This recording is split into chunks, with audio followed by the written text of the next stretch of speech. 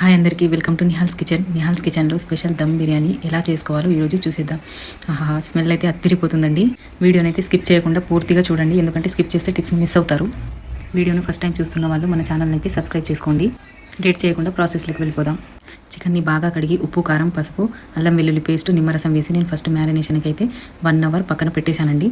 Already నేను చేసి పెట్టుకున్నాను కాబట్టి ఆనియన్స్ అయితే కట్ చేసి పెట్టుకున్నాను. చూడండి, చాలా సన్నగా కట్ చేసుకున్నాను నేను ఆనియన్స్ని. అన్నీ ఒకటే సైజులో కట్ చేసుకున్నాను. ఇలా చేయడం వల్ల అన్నీ ఈవెన్గా ఫ్రై అవుతాయి. అన్నీ ఇట్లా విడివిడిగా చేసుకున్న తర్వాత మనము వేడిగా ఉన్న ఆయిల్లోకి వీటిని అయితే వేసేయాలండి. ఆనియన్స్ని ఆయిల్లో వేసాక కంటిన్యూస్గా ఈవెన్గా మనము కలుపుతూనే ఉండాలి, లేకుంటే ఆనియన్స్ అనేవి మాడిపోతాయండి. కంటిన్యూస్గా కలపడం వల్ల ఈవెన్గా ఫ్రై అవుతాయి.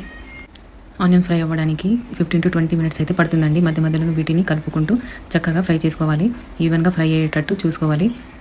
ప్రాసెస్ పెద్దగా ఉందని వీడియోని అయితే స్కిప్ చేయకండి, పూర్తిగా చూడండి. పూర్తిగా చూస్తేనే అర్థమవుతుంది.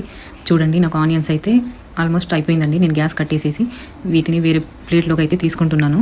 వీటిని కొంచెం చల్లారనివ్వాలండి. కొంచెం చల్లారిన తర్వాత చూడండి ఎంత బాగా ఫ్రై అయ్యాయో మన ఆనియన్స్. ఇట్లా కరకరలాడేటట్టు ఉండాలండి ఆనియన్స్, అయితేనే పర్ఫెక్ట్గా కుదురుతుంది బిర్యానీ. తర్వాత 2 టేబుల్ స్పూన్ల గరం మసాలాని యాడ్ చేసుకోవాలి. గరం మసాలా ఎలా ప్రిపేర్ చేసుకోవాలో నాకు వీడియో కావాలని కింద కామెంట్ చేయండి, నేను వేరే వీడియో చేసి పెడతాను. ముందుగా ఫ్రై చేసి పెట్టుకున్న ఆనియన్స్ని ఒక పిడికెడన్ని తీసుకున్నాను. పుదీనాని, కొత్తిమీరని కడిగి చిన్న చిన్న ముక్కలుగా కట్ చేసి ఇందులో అయితే వేసుకున్నాను. తర్వాత 2 టేబుల్ స్పూన్ల ధనియా పౌడర్ని కూడా ఇందులో యాడ్ చేసుకోవాలి. గట్టి పెరుగుని బాగా కలుపుకొని ఇందులోకి అయితే వేసుకుంటున్నాను.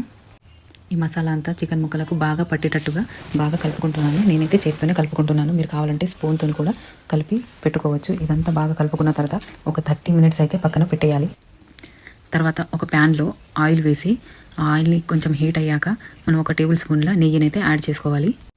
నెయ్యి, ఆయిల్ 2 వేడయ్యాక మనం మ్యారినేట్ చేసి పెట్టుకున్న చికెన్ అయితే అందులో వేసేయాలి. స్టవ్ని హై ఫ్లేమ్లో పెట్టి చికెన్ని బాగా కలుపుకుంటున్నాను. ఒక 2 నుంచి 3 నిమిషాలు చికెన్ని బాగా కలుపుకోవాలి. కలుపుకున్న తర్వాత మనము దీన్ని మూత పెట్టేసి ఒక 5 to 10 minutes దీన్ని ఉడకనిద్దాము. ఒక 90% అయితే చికెన్ ఉడకాలి.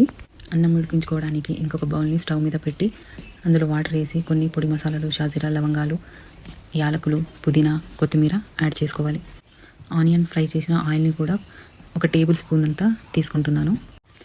2 టేబుల్ స్పూన్ నెయ్యిని మరియు కొద్దిగా 1 స్పూన్ కేవరా వాటర్ని కూడా ఇందులో తీసుకున్నాను. నీళ్లు మరిగిన తర్వాత బాస్మతి బియ్యాన్ని అయితే ఇందులో వేసుకోవాలి.